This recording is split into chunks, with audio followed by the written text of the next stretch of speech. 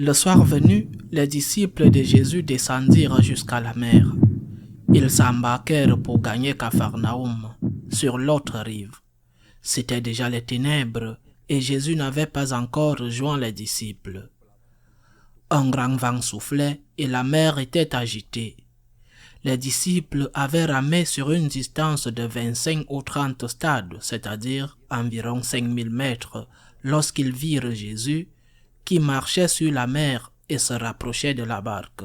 Alors, ils furent saisis de peur, mais il leur dit, « C'est moi, n'ayez pas peur. » Les disciples voulaient le prendre dans la barque. Aussitôt, la barque toucha terre là où il se rendait. Acclamons la parole de Dieu. N'ayez pas peur. N'ayez pas peur. Ce sont les paroles du Christ, notre Seigneur, du Christ ressuscité qui a vaincu la mort et pardonné nos péchés. N'aie pas peur.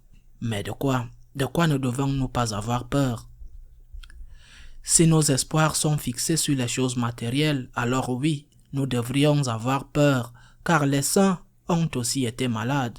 Ils ont parfois beaucoup souffert physiquement dans leur vie. Ils sont morts.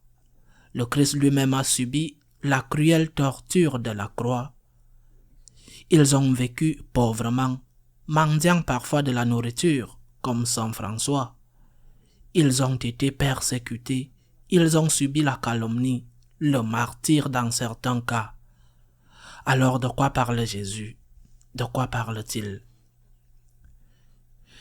Nous ne devons pas avoir peur de ce qui est vraiment important, le salut éternel.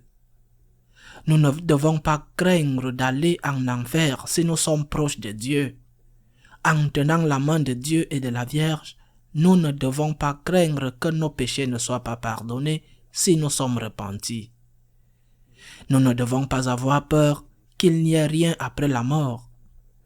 Nous ne devons pas avoir peur que les promesses que le Seigneur nous a faites ne se réalisent pas. Nous ne devons pas craindre d'être seuls dans les épreuves de la vie. C'est ce dont nous demande Jésus. C'est ce dont nous ne devons pas avoir peur. Il y a quelques jours, un de mes amis qui est au chômage, un grand professionnel, mais qui a perdu son emploi et qui n'est plus très jeune et qui a la charge de sa famille avec un enfant malade, m'a donné une grande leçon, car il m'a montré sa confiance en Dieu au milieu des portes qui se ferment lorsqu'il postule un emploi. À quoi sert cette confiance en Dieu? Est-ce qu'il obtient le travail parce qu'il a confiance en Dieu? La confiance en Dieu sert précisément à ne pas désespérer, à ne pas sombrer, à ne pas devenir amer, à ne pas gâcher peut-être irrémédiablement ce qui est déjà mauvais. C'est avec Dieu que nous portons les croix de la vie, quelle qu'elle soit, et l'une des plus dures qui puisse exister est celle d'un manque de travail. C'est avec Dieu que nous pouvons non seulement nous maintenir, mais nous relever. C'est pourquoi, lorsque le Seigneur nous dit « N'ayez pas peur », il ne nous dit pas qu'il va remplir nos poches d'or ou la santé éternelle sur terre dans nos corps. Il ne nous trompe pas avec de fausses promesses. Il nous dit « Tu n'es pas seul. Toi et moi, allons nous en sortir ensemble. Tes péchés sont pardonnés si tu te repentis. Il y a vie éternelle et je vais t'y introduire quand l'heure de ta mort viendra. Et cela vaut plus que tout. Parce que même si tu as un travail, n'y aura pas-il d'autres souffrances? Même si tu as la santé, n'y aura-t-il pas d'autres souffrances?